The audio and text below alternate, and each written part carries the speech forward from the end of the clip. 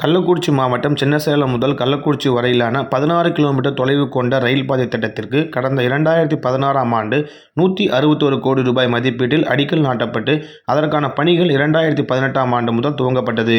இதில் சுமார் 11 கிராமங்களில் உள்ள நிலங்கள் கையகப்படுத்தப்பட்டு பாலங்கள், சிறு பாலங்கள் மற்றும் லெவல் கிராசிங்கள் ஆகியவற்றை அமைக்கும் பணிகள் தீவிரமாக முடிக்கப்பட்டது.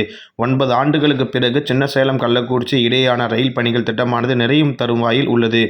தண்டவாளம் அமைக்கும் பணிகள் முழுவீச்சில் நடைபெற்று வந்த நிலையில் அதன் முடிவு தருவாயில் இருக்கக்கூடிய கள்ளக்குறிச்சி ரயில் நிலையம் அமைய உள்ள இடத்தில் கூடுதல் தண்டவாள பணிகள் அமைப்பதற்காக சேலத்திலிருந்து இன்று தண்டவாளங்களை ஏற்றி கள்ளக்குறிச்சிக்கு ரயிலானது வந்தது.